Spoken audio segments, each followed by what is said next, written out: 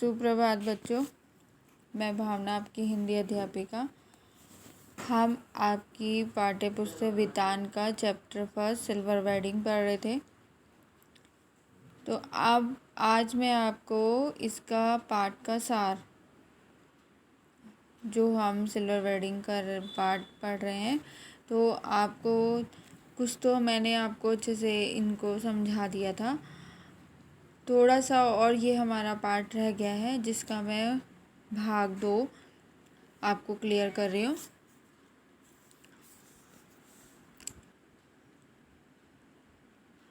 Silver wedding कहानी की रचना मनोहर श्याम जोशी ने की है।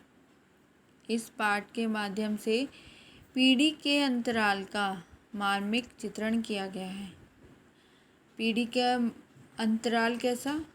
जो पहले हमारे लोग होते थे ज़माने के, हमारे मम्मी पापा, हम लोग, उस पीढ़ी का, और आज हमारी जो जनरेशन है उस पीढ़ी का, दोनों के बीच का अंतराल को चित्रित किया गया है।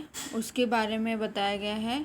आधुनिकता के दौर में यशोधर बाबू परंपरागत मूल्यों को हर हाल में जीवित रखना चाहते थे, कि जो उनके पूर्वजों के द्वारा जो उनकी परंपराएं चली आ रही हैं, उनको जीवित रखना चाहते थे यशोधर बाबू।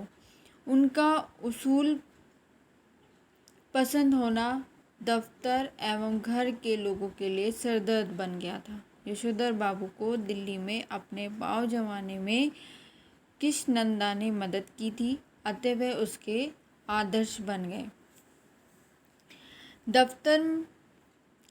दफ्तर में विवाह की 25वीं सालगिरह के दिन दफ्तर के कर्मचारी मेनन और चड्डा उनसे जलपान के लिए पैसे मांगते हैं, जो वे बड़े अनमने ढंग से देते हैं, क्योंकि उन्हें फजूल खर्ची पसंद नहीं थी। यशोधर बाबू के 3 बेटे हैं। बड़ा बेटा भूषण विज्ञापन कंपनी में काम करता है, दूसरा बेटा AS की तैयारी कर रहा है, और तीसरा छात्रवृत्ति के साथ अमेरिका जा चुका है। बेटी भी डॉक्टरी की पढ़ाई के लिए अमेरिका जाना चाहती है। वे विवाह हेतु किसी भी वर को पसंद नहीं करती। यशोधर बाबू बच्चों की तरक्की से खुश हैं, किंतु परंपरागत संस्कारों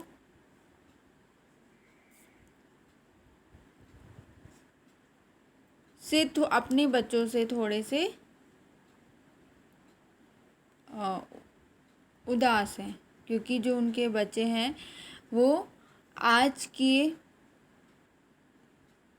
जो परंपरा चल रही है, जो आजकल ट्रेडिशनल आ रहा है, तो उसको अपना रहे हैं, जबकि जो यशोधर बाबू हैं वो पुरानी परंपराओं को मानते हैं।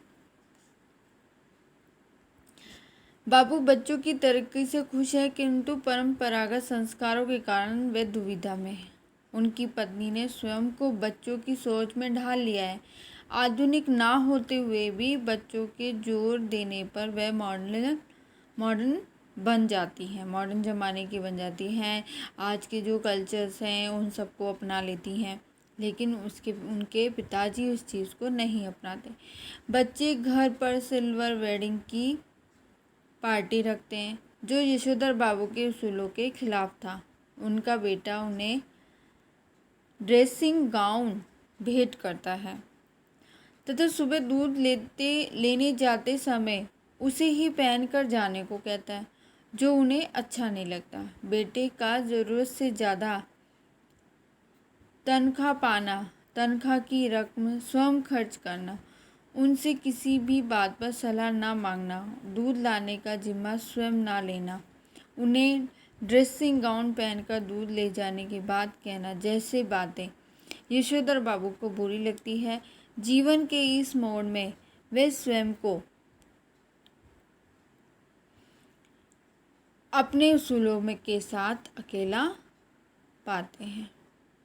ठीक है बच्चों, तो यही यशोधर बाबू के ऊपर जो उनकी सिल्वर वेडिंग पार्ट है उसका सारांश है, जो ये पूरा हो गया है। और इसी दुविधा को लेकर अपने बच्चों से, अपने परिवारजनों से, मित्रजनों से उनकी नोक-झोंक चलती रहती है। ठीक है बच्चों, तो ये सिल्वर वेडिंग वाला पार्ट आपका पूरा हो गया है। मैं इसके आपको क्वेश्चन आंसर भी सेंड कर दूँगी। Thank you.